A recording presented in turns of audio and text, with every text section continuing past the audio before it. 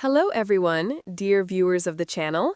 I am Helena, the Guardian of Secrets, a researcher of mystical phenomena, and here with me is Vadim, a historian interested in folk culture. And welcome back to Whispers of the Ancestors, where we attempt to bridge the gap between ancient wisdom and modern understanding. Today, we're tackling a fascinating intersection, technology and magic, past and present. It's a topic close to my heart, Vadim. When we talk about technology in ancient Ukraine, we often picture simple tools.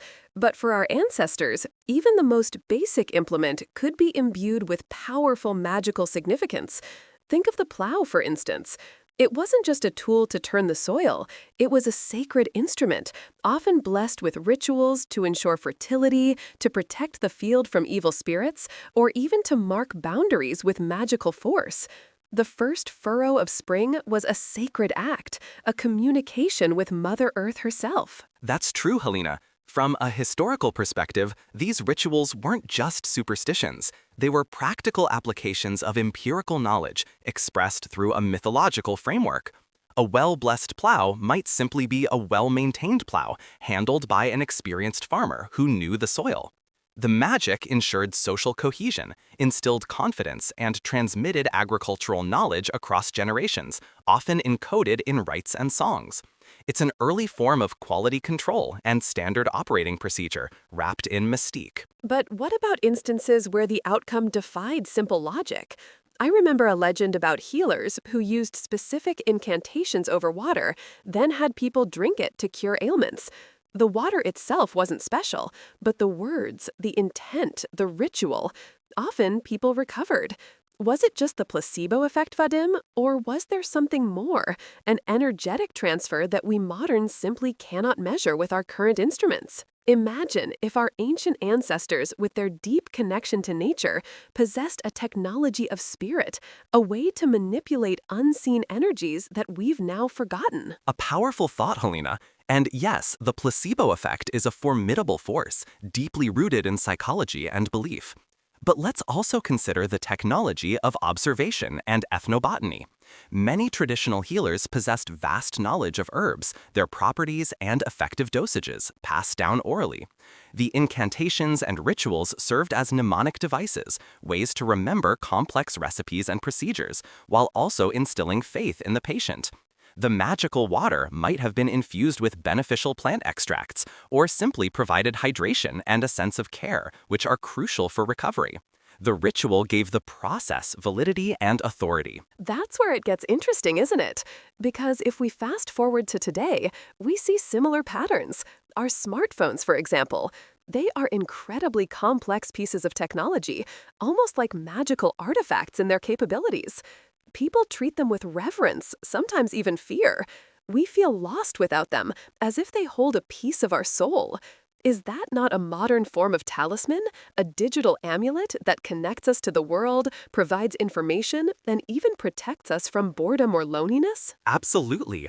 I've often thought of our reliance on smartphones as a new form of digital animism. We project almost human qualities onto them, expecting them to understand us, to anticipate our needs. And when they malfunction, we often feel a sense of betrayal, as if the spirit within has rebelled. The fear of losing signal or low battery can trigger primal anxieties, not like ancient fears of being cut off from the tribe or spiritual protection. And what about digital curses?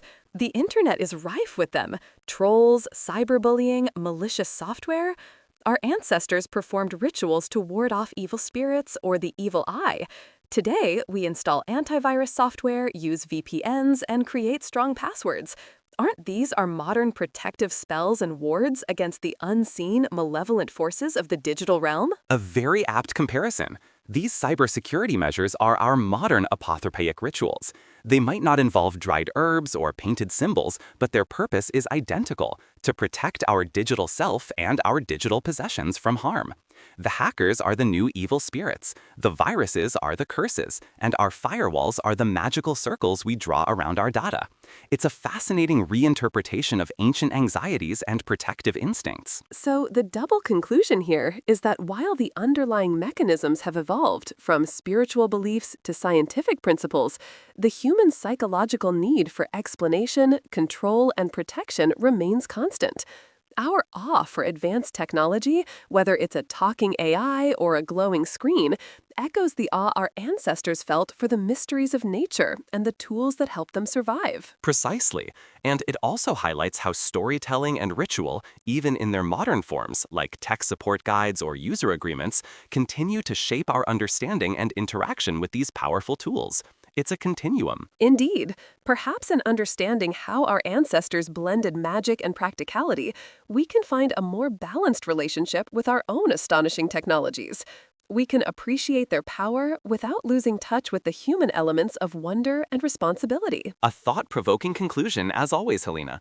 And to our listeners, we want to hear your thoughts. Have you ever felt a magical connection to your gadgets? What modern rituals do you perform with your technology? Leave a comment below and share your stories. Yes, and if you've enjoyed this discussion, please make sure to subscribe to Whispers of the Ancestors and hit that notification bell so you don't miss our next dive into the mystical world of Ukrainian folklore. Until next time, stay curious and keep seeking the magic in the everyday.